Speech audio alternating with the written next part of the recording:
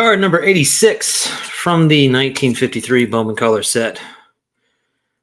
Harry Suitcase Simpson of the Cleveland Indians. I've got the card right in hand. When I discovered it was going to be Suitcase Simpson today, I went and I pulled the card because anybody that has built this set, if you've spent any time looking at the cards, you know that the Harry Simpson card has this funny little quirk. If you look right next to his face here, you can kind of see it right there. There's a little black dot. There's a little black dot there. And all I will say is that it's pretty tough to find this card without the little black dot on it. You can see that I gave up. I mean, there it is. It's got the black dot on it. So it's a manufacturing quirk of this set. I have seen some cards, some Harry Simpson cards without that black dot. These are the things that you remember when you build a set. So if it is card number 86, it must be session number 86 of Card Room Live. What's going on? It's 5 o'clock in the afternoon on the East Coast. The sun is still out and we're live. Something weird is going on. If you're wondering what's happening, first of all, it's important to note that this is not a show. This is a hangout for fellow vintage collectors. Sometimes we have guests, but most of the time, as we will for the next hour, we will waste time looking at and talking about cardboard, and through it all, we'll try to make it time well wasted. If you're here with us live, welcome. I'm surprised. There's 16 people in here. I thought I'd be talking to myself because most folks, if they know about Card Room Live, would be expecting it to be on at 8 o'clock on a Sunday night, but here we are at 5 o'clock. So for those of you that are listening to this later, you might be listening to this later because it might be 8 o'clock on Sunday, May 5th, and you're wondering, why is this a recorded episode instead of live? Or you might be going to or coming home from work, sorting cards, looking at eBay, walking the dog, sitting on the john, wondering if Eddie Wakus will come up. I'm sure somebody will take care of that. Wondering if and when Reese ND Card Ranger is going to finish that card room of his. I know he's making progress on it. I've seen evidence. Wondering if there'll be some Mike foolery this evening. You know there will be. Whatever you might be doing, I hope you get something out of it. I hope it passes the time. If you want to get in touch or have ideas for future sessions, you can email me at bowman53channel@gmail.com. You can also find me on Instagram, bowman53_Alex, Twitter, 1953 Bowman Color, and of course, all of that information should be in the description below. You know, I never actually checked, but I'm pretty sure it's in the description below. But, you know, we'll make do. So, good evening to everybody. The reason we're doing this at 5 is it is Cinco de Mayo. But in addition to that, a friend of mine's birthday is today, and he's decided to have a birthday gathering in addition to it being Cinco de Mayo. So I am going to that birthday celebration this evening, but I decided I didn't want to skip out on a Card Room Live session because I did want to get together with y'all. And also, there's a couple things I wanted to sort of set up because there's a pretty fun, unique thing happening next weekend that I want to talk about. So that's why we're doing this at 5. Let me just see who's in here. What's going on? Stuke opened the bar early as usual. Good to see you, man. A wrench holder is here. What's up, Scott? Hugo is here. Clean Cheap Shots is here. Think Blue 77 is here. Mike Sports History Collector, who is the originator of Mike Foolery. Rocket Rick is here. I know, Max. This is truly happening. You are not dreaming. This is not part of your afternoon nap. This is really happening. Let's see. Right. For some of you guys, yeah, who live in some other universe, it's 2 o'clock. The 5 o'clock Mets hat. This is not a Mets hat. First of all, Mookie, it's not a Mets hat. Not everything is about the Mets. Okay. Are you doing this early because the vintage collectors are old and we go to bed early? That's not why I'm doing it, Max, but I will jot that down as some like user feedback, and I will really sort of take that into consideration moving forward. What's up, Mitchell? Good to see you. Dom is here. Anyone hear of Herb Simpson? His nickname was Briefcase. He was good friends with Harry. No, I did not know that. That's really cool. Unless you're joking, and if you're joking, that's still cool. Your Virgin Voyage. Well, strap yourself in because you're gonna leave pretty quickly. It's tequila on special. You're gonna have to ask Stuke. Sammy's here. What's up, Sammy? I can't set up Sammy like immediately, but I will say that at 9 p.m. Eastern Standard Time for collectors, we'll have a live stream, and I'm pretty sure that Sammy is in line to run that one. What's up, Hammer 44? Kurt is here. Good afternoon. Is it interrupting your nap? Well, I mean, honestly, you could just take your nap, man. You can always just take your nap. Rick is old. There you go. What's up, low grade, no grade vintage? Good to see you, man. I hope that Pee Wee Reese is getting along with the rest of your collection. What's up, Orlando?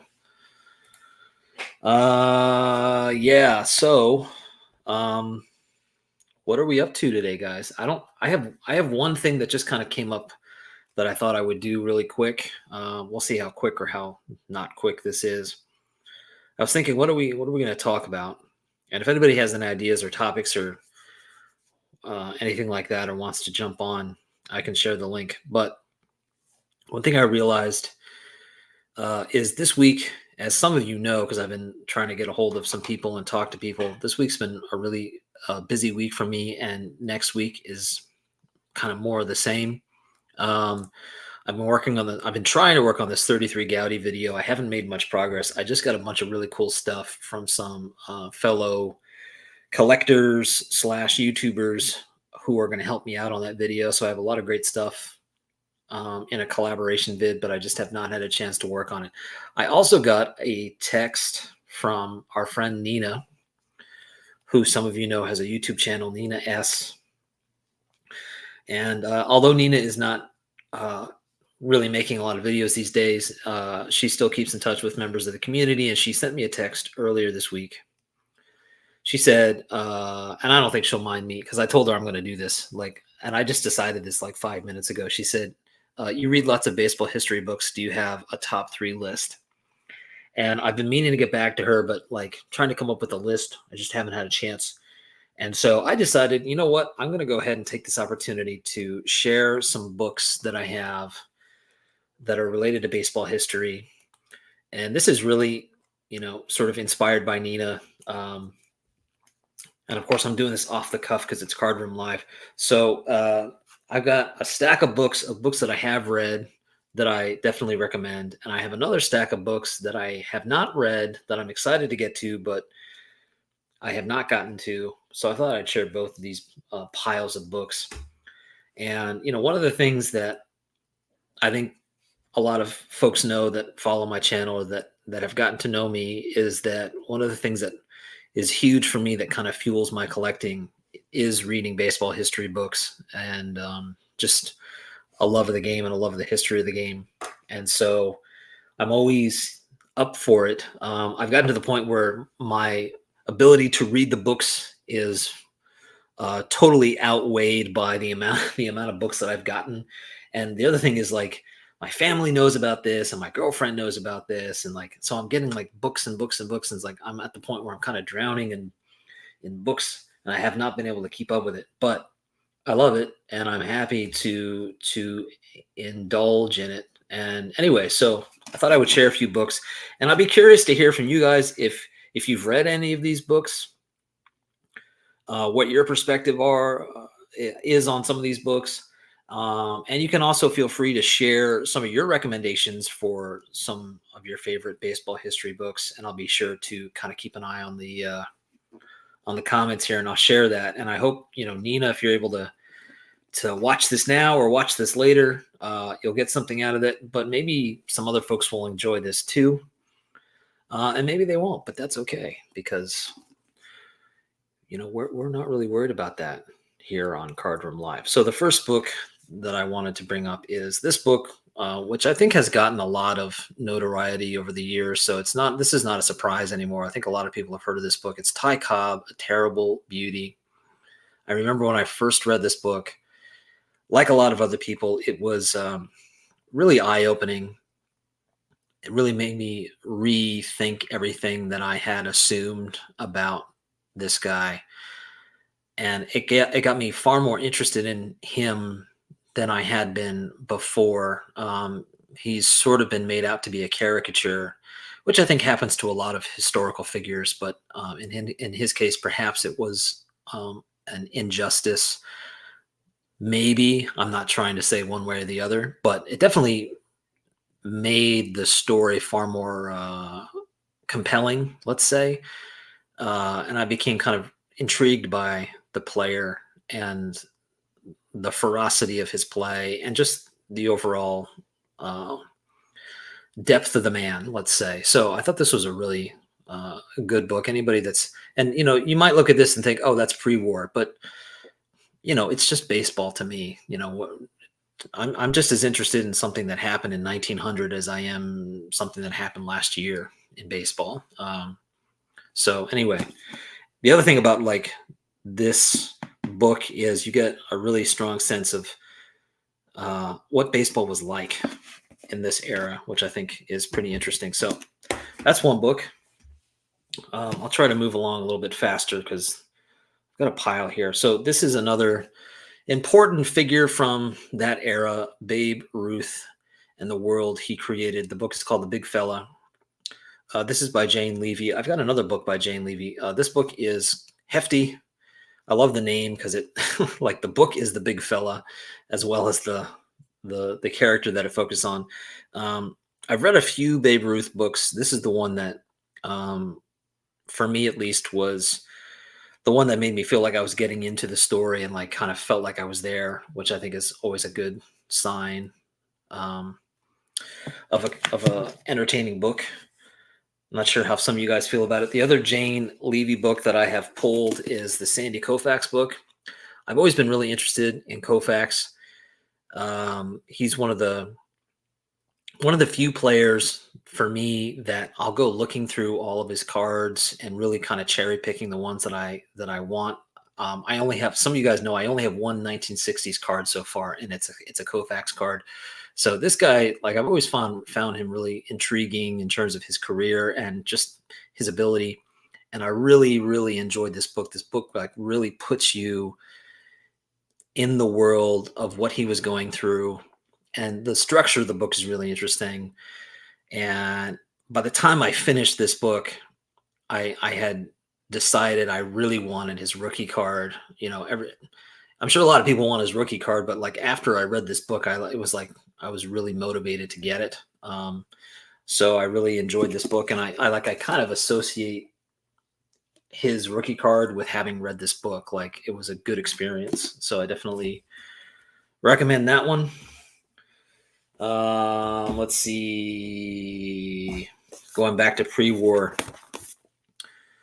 Here's one. This is called The Old Ball Game, How John McGraw, Christy Mathewson, and the New York Giants Created Modern Baseball.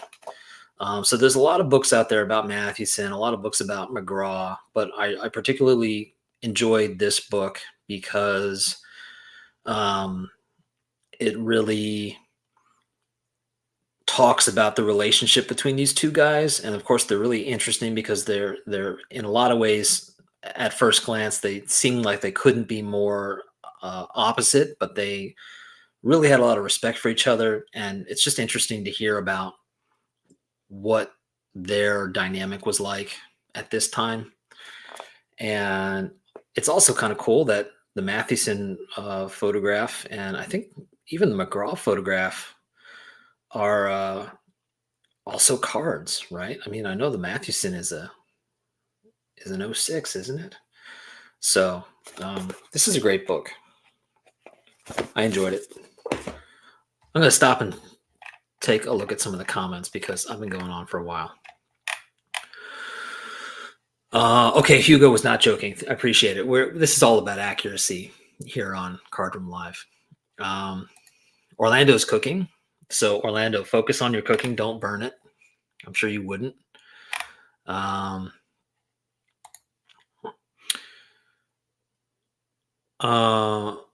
Victory Faust is a great read. I actually found out that there's a book, so I got to snag that. The Glory of Their Times is hands down the best baseball book. Yeah, for sure. Mike, I'm going to be reading Death Row All Stars: A Story of Baseball Corruption and Murder. That sounds interesting. I feel like I've heard of that. Dan, my body clock is pushing back on this new time. I know, it's like I'm totally thrown off right now. It's like, let's see. Cool. So it's recommended by Stuke, the Ty Cobb book.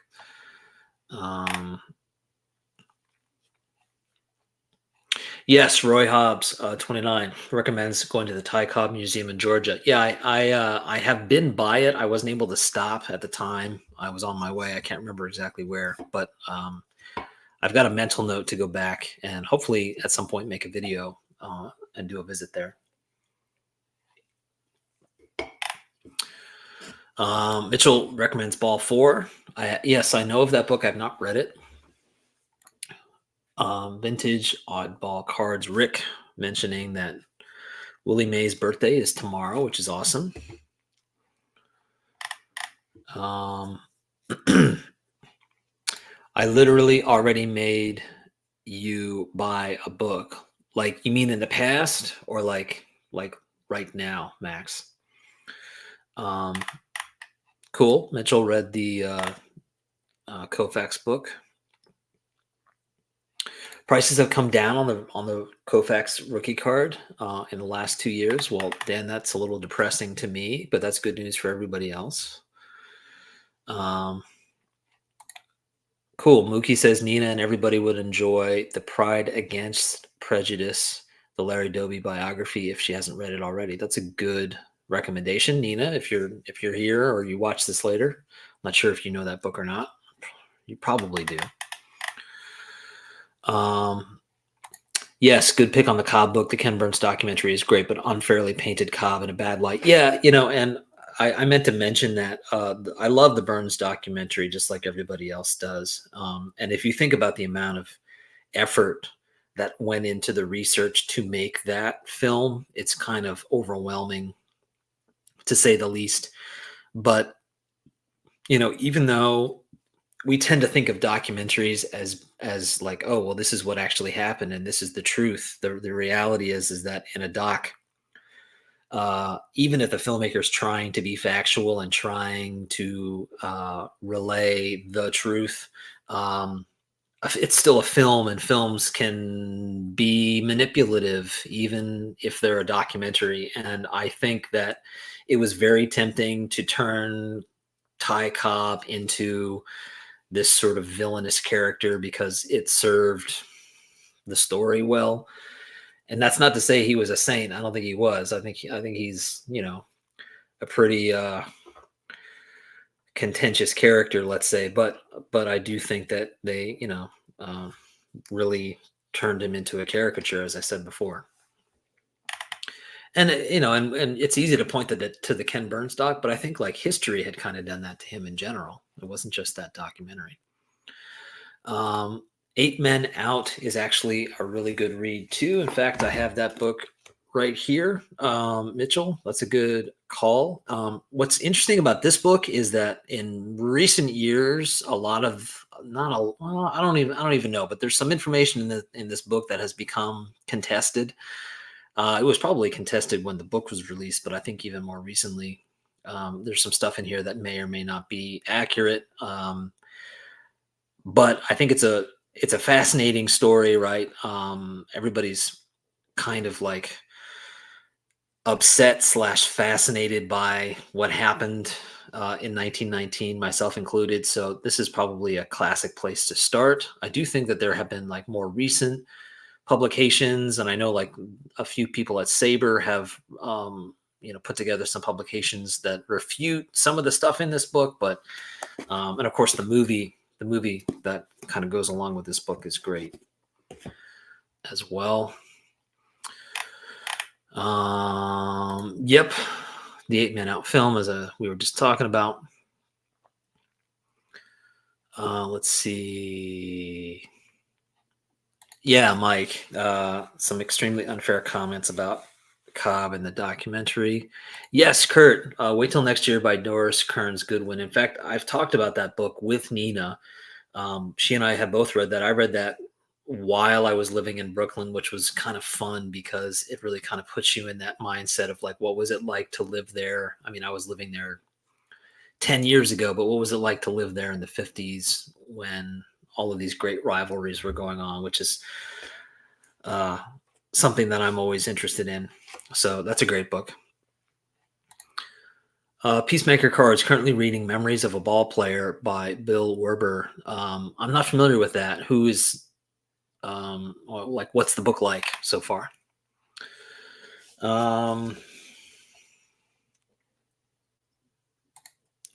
Max, you just bought a book while we were talking. Which book did you buy? I'm gonna guess that you bought this book, Max, but that's just my guess. Two of my favorite baseball books by former players are The Wrong Stuff by Bill Lee, Bill Spaceman Lee. I got an autograph of his. He's fantastic. And The Long Season by Jim Brosnan. Our Team by Luke Eplin is a personal favorite. Yes, in fact, I have that over here. And I was able to get a signed copy of it. And in fact, got a signed copy for Nina as well. Lots of Nina connections, which is great to do this. Scott, I'm trying to clean my office right now and I have a stack of books that I've read and now I don't know where to put them. Stupid books. There's a Seinfeld bit where he's like, why do you keep the book after you've read it? But it's kind of it's like a trophy, right? It's like, I read that book or I didn't read that book, but I want people to think I did. The best baseball card book is The Great American Baseball Card Flipping Trade and Bubblegum Book. Yeah, I feel like I'm going to go ahead and say this. There are some great baseball card books out there, but I think that there need to be more baseball card books. And I think we should all do something about it. There, I said it. I think there should be more baseball card books out there. There's so much cool stuff that could be turned into a book. Let's see. You would be wrong because you already have that book. Okay, well, are you going to tell me? Oh,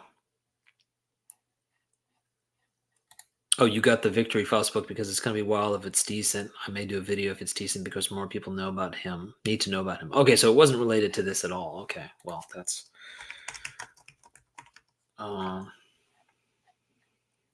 what's the name of the book? I do not know about him. I'm just looking him up right now. Max, what's the name of the book? Cool. Scott got to go to a Q&A. Bill Werber played in the 30s, has lots of stories of playing with the Yankees, Red Sox, and the Reds. Cool. Let me finish up this list. The Black Prince of Baseball. This is about Hal Chase and the mythology of the game. I think a lot of people know about Hal Chase. He's sort of one of the commonly known players of pre-war. He is talked about in the Ken Burns documentary briefly and sort of indirectly related to the Black Sox scandal. Played for the New York Highlanders. Was known for gambling and just being sort of a sordid player. Although I do feel like a lot of people know the name, but don't necessarily know much about the character. This book was really good. I was like really intrigued, again, like you can be about the 1919 scandal. I was intrigued by Chase and like what he was like and what that era was like. He also kind of like was involved with the Federal League and Just an interesting character, and you can go down rabbit holes with different players, and this was a good book um, that I would recommend for anybody that's interested in that era. Um, this is a really short. It's not even really a book. This is an essay, a very famous essay by John Updike called "Hub Fans Bid Kid Adieu," which is all about Ted Williams' last game and his last at bat. Very famous. I'm sure lots of you guys know about this and probably have read it at some point. I hadn't. I mean, I knew about it, and again, I was kind of like learning about Ted Williams and trying to sort of dig up some stuff. And I heard about this, and I started reading it. I was like, oh, this is really interesting. So I picked up this publication. You can see it's more of an essay than a biography or anything like that, but totally worth it. It's the kind of thing where I know I'm going to want to read it again a few more times across my life, because it's well written and just really interesting, and again, puts you there.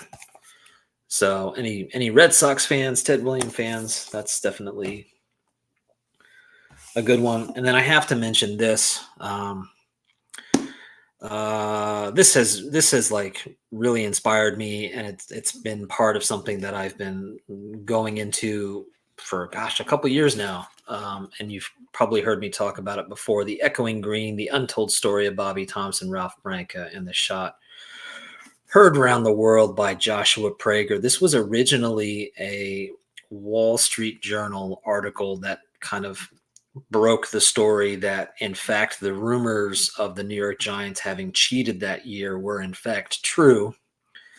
And that perhaps, maybe, possibly the Ralph Branca pitch that Bobby Thomson hit, the shot heard around the world, maybe not, was known by Bobby Thomson, because they were cheating that year. And it's still not 100% sure one way or the other, but there's this sort of doubt as to whether or not that was a legit thing or if he had prior knowledge. And this book goes into excruciating detail. I think some people were perhaps overwhelmed by the amount of detail in this book, but I found it absolutely fascinating. The level of detail in this book is like unprecedented.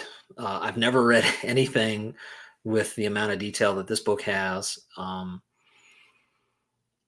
And it really made me rethink not just what happened, but made me relook at those two guys. And I've been kind of riding the wave of that ever since. I started collecting Branca and Thomson and reading about these two guys. And I actually got to talk to the author of this book. And, I have emailed a few times. And yeah, fascinating story. And of course, it's like right smack dab in the middle of like one of my favorite eras in like New York City and the Giants and the Dodgers, and it's good stuff. So anybody that's interested in that era, that's a good book. Let's see what's going on here. Game Faces, Derek. That's a great call. Yeah, Game Faces is a fantastic book. I did a review on that book a few years ago when I got it. That's definitely one of my favorite books. It's kind of a coffee table book, but there's a lot of great information in there, and great articles, and kind of a good overview of the early days of cards.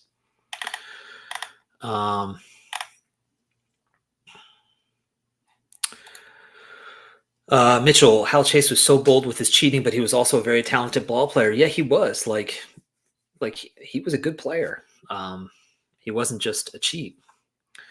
Dan says, also a big fan of Dan Epstein's books about 70s baseball. His best is probably Big Hair and Plastic Grass, A Funky Ride Through Baseball in America in the Swinging 70s. Yeah, that's a good call. I've heard of that book. I've not read it, but I've definitely heard good things. Mike, thanks for jumping in. And the Mike foolery was lacking, but that's okay. I know it's 5 o'clock, right? What's up, Concrete Buddy? My Turn at Bat by Ted Williams is also very good. Okay, very cool. Cooter, I have a personal letter from Thompson talking about what was going through his mind when he hit the shot. That's really awesome. That's really cool that you were able to correspond with him. I can't recommend baseball photography of the dead ball era by Jim Chapman anymore, by the way. Does that mean you can't recommend? Does that mean you can't recommend it enough, Max, or you're no longer recommending it? I'm just messing with you. Orlando, The Story of Baseball in 100 Photographs, great picture book. Back to your picadillo dish, very cool. Thank you for stopping and dropping that in there, Orlando. We're all coming to your house when you're done cooking. Only the Ball Was White is a classic book on the Negro Leagues. Yes, Derek, I've got it right over there. That is a really good one. Okay, a couple more. Well, actually, I'm going to go through the list of books that I haven't read yet. I'm embarrassed to say that I have not read this book yet. This is kind of like saying, I don't know what, like, this is kind of like saying you've never read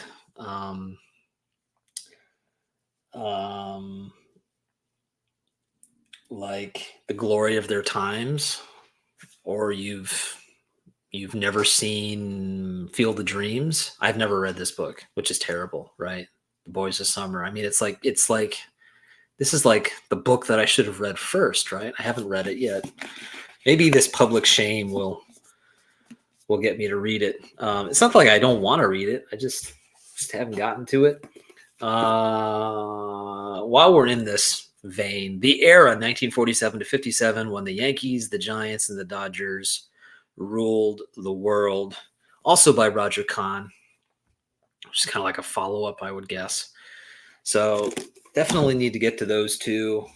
No surprise, I got a bunch of New York books. Here's a it's not necessarily a non-New York book, but it's a little more general.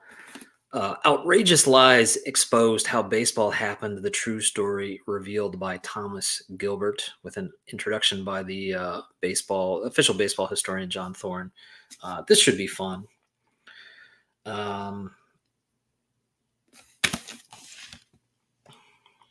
The wrongness of baseball history can be staggering.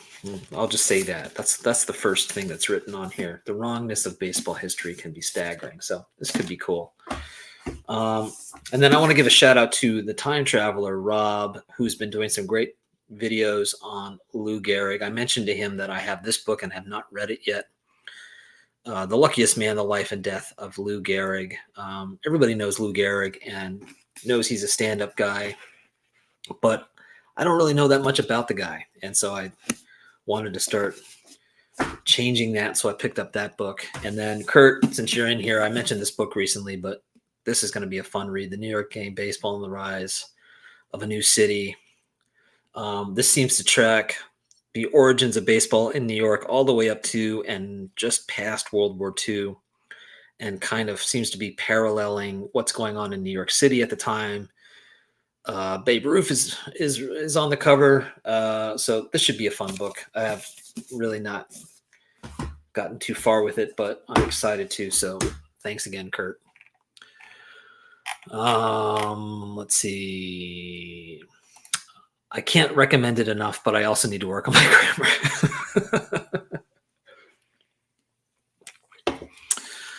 I love coming in here and getting roasted by Alex. Yeah, right. And it's like really kind of like one-sided, right? Because I can say whatever, and all you can do is leave a chat comment. It's really set up for me to win the roast no matter what. This stream is really bad for my bank account. I already added a couple of these to my Amazon cart. LOL. Well, here's the thing about that. You didn't pull the trigger, right? So they can sit in your shopping cart all day long, right? It's only a problem if you actually hit purchase. Dalco by Steve Dalkowski is interesting. Cool. Since tomorrow is his birthday, everyone should read 24. Rob's Lou Gehrig videos are just astounding. Yeah. Yeah. I mean, I feel like through his videos, I told him I feel like it was like a really good kind of starter to get me, learning a little bit more about Lou Gehrig, which is something I've wanted to do for some time. I'm going to tell you I'll co-host one time, then I'll verbally thrash you and not show any cards. I'm totally up for that, Max. And I have no doubt that you'd be able to keep it up for an hour.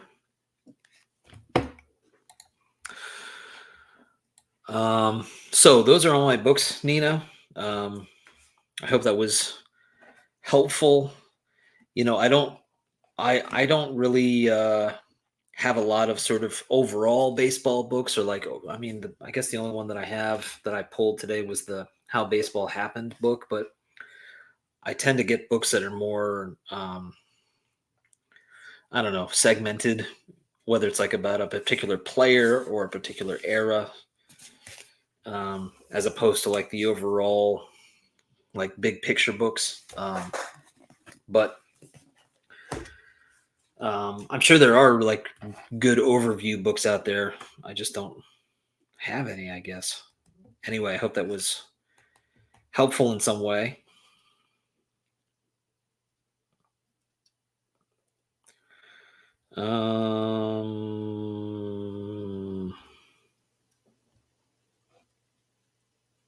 Now I'm just completely ignoring you guys. I'm looking at my phone. But that's okay on this, right? Because like this is not about what's happening on the screen. This is totally about what's happening in the comments. You're totally late, Jason. It's actually like almost 9 p.m. on Sunday night. So you must have missed dinner and your family's kind of upset with you. And Derek says, I read that Gehrig wasn't treated well by the public post-retirement, largely due to one New York newspaper writer. I did not know that.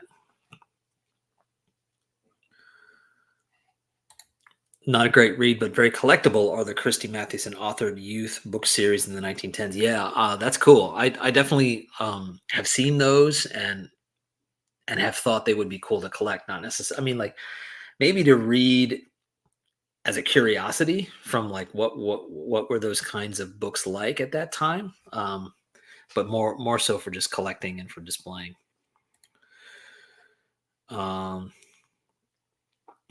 Yes, yeah. That's all you've missed, Jason. Yeah, you missed some cooking by Orlando. That's more or less it.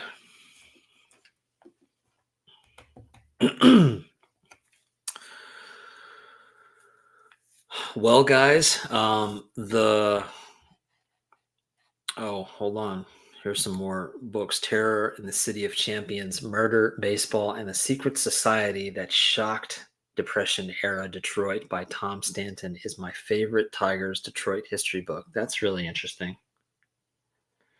Terror in the City of Champions.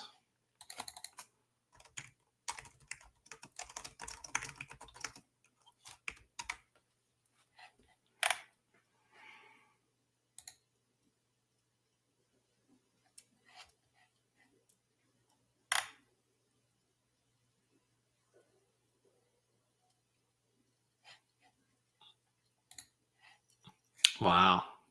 I'm just reading about it. Now in paperback comes the critically acclaimed New York Times bestseller about a championship city haunted by a wave of racist terror. Detroit in the mid-1930s was abuzz over its unrivaled sports success when gun-loving baseball fan Dayton Dean became ensnared in the nefarious Black Legion, the secretive clan-like group murdered enemies, flogged associates, and planned armed rebellion. The Legion boasted tens of thousands of members across the Midwest, among them politicians and prominent citizens, even possibly a beloved athlete. Award-winning author Tom Stanton has written a stunning tale of history, crime, and sports.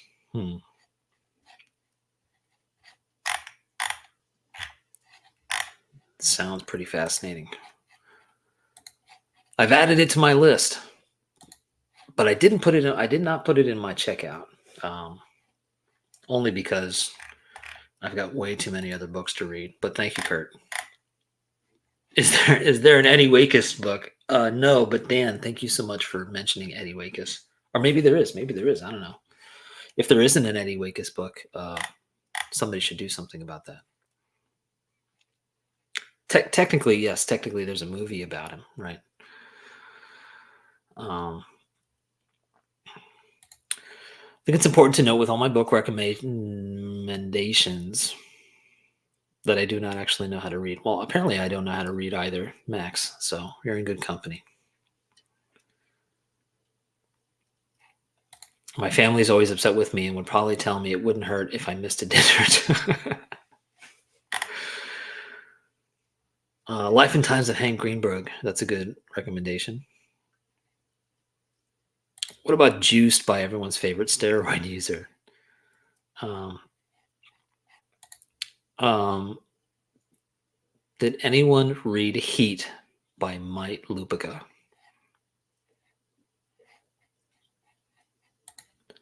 On my list to read is baseball's first lady, Helene Hathaway Robinson Britton, and the St. Louis Cardinals' first woman Major League Baseball owner. Cool.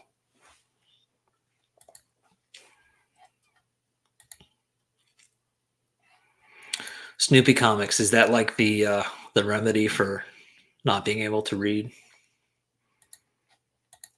Man, I miss like getting the newspaper as a kid and reading the comics. Those are good days. So the big announcement, guys. I'm gonna let the cat out of the bag. Is that this has been like a few weeks in the making. There's going to be a takeover next Sunday night. It's going to be a 2-hour takeover at 8 o'clock. Card Room Live will go live, but I will not be running it.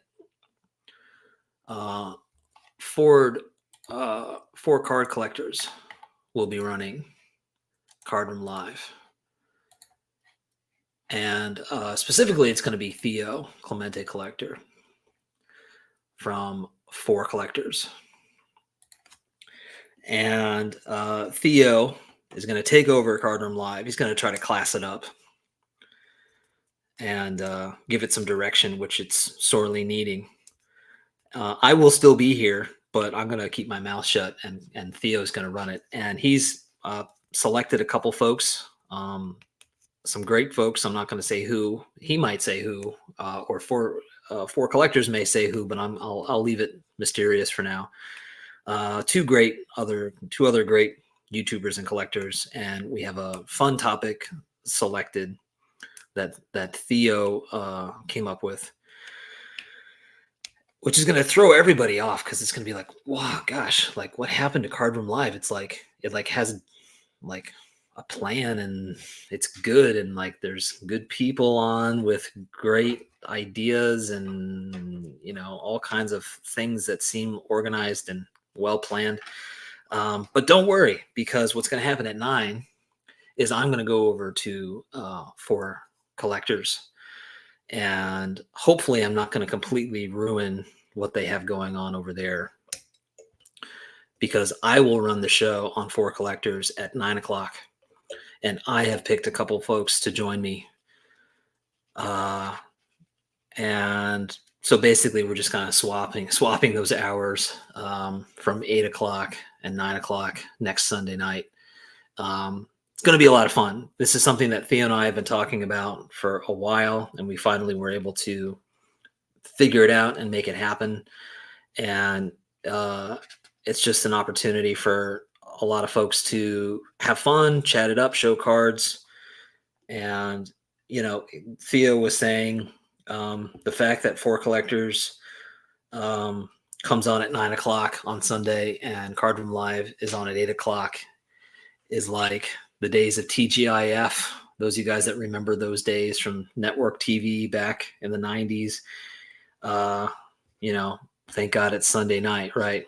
Tongue in cheek, of course, but it's cool that like there's some live streams that are going on that are more or less regular. Now, of course, I kind of ruined that today by going live at 5, but normally it's 8 o'clock, right? And it's kind of fun that there's some live streams that are pretty weekly. I always appreciate the live streams that are kind of random, but the fact that we have some live streams that are on a weekly basis is cool. And I appreciate Theo. This was Theo's idea, and I appreciate him reaching out to me. And I appreciate that he's willing to let me go on For Collectors, and hopefully I don't ruin things for them. I know he's going to make things better on here. And I'm excited for the guests that he's chosen. I'm excited for, doing the 9 o'clock show. So it's going to be a good time.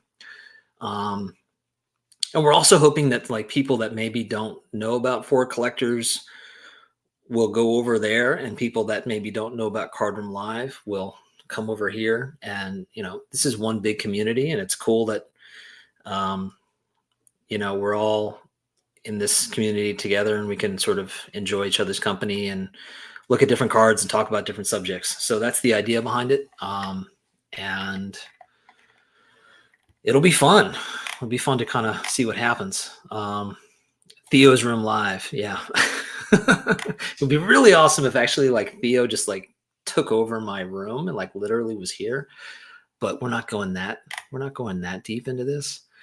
Does Theo have a noisy clicky mouse and keyboard? Not that I know of, but like I said, I will still be here. So like, even if like Theo's doing stuff, I'll just make sure that I'm scrolling a lot so that that's not missing from the experience. Is this a permanent change? It might be. No, I don't think so. But maybe it'll happen more often. Is he going to do the intro with the 53 Bowman card that coincides with the episode number? And Dan's asking because if he doesn't do it, like Dan's out, right? I'm sure we'll find a way to make sure that happens, Dan. 9 p.m. is kind of late for you. Yeah. I mean, honestly, I haven't yet told my significant other about this, so she's not going to be too thrilled that I'm dedicating 2 hours on Sunday instead of just 1, but hopefully that will go over well. That's right, crisscross. You got to jump. It's totally chaotic. It's like that show Wife Swap, except with YouTube live streams. It's nothing like that at all, Mookie. Just like this is not a New York Mets hat. You're just way off tonight. Does that make Don the Steve Urkel of Sunday nights? This is like when the Harlem Globetrotters got stuck on Gilligan's Island. Now you're talking, Mookie. Now you have found your sweet spot in analogies. That you're right on the money right there. I'd like to see if Theo can do the Immaculate Grid next Sunday, right? Cool. So that'll be, so you all don't have to do anything different, right? You're like, if you're interested and you're free and you want to come, you just come, right? But it'll be like Twilight Zone, kind of like today, right? Like, it's like, wait, it's 5 o'clock. Why is this happening? It'll be even more surreal on Sunday next week. Call me old-fashioned, but I don't believe in live stream swaps before marriage. Well, Max, you collect pre-war, so that says everything. So I think that's a good place to finish up for today. Thanks for hopping on, everybody. It was fun. It felt different, right? At like late afternoon instead of evening, but we still made it through. It was a good time. Again, hope you got something out of it. Again, if anybody has any ideas for future sessions, you can email me at bowman53channel@gmail.com. And all the other information is in the description below. Looking forward to next Sunday. Until then, I hope everybody has a great Sunday evening. Don't forget, Sammy Thunder on For Collectors at 9 p.m. Eastern Standard Time tonight. So until then, have a good night, guys. No, there was not any cash involved in this trade. Take care, guys.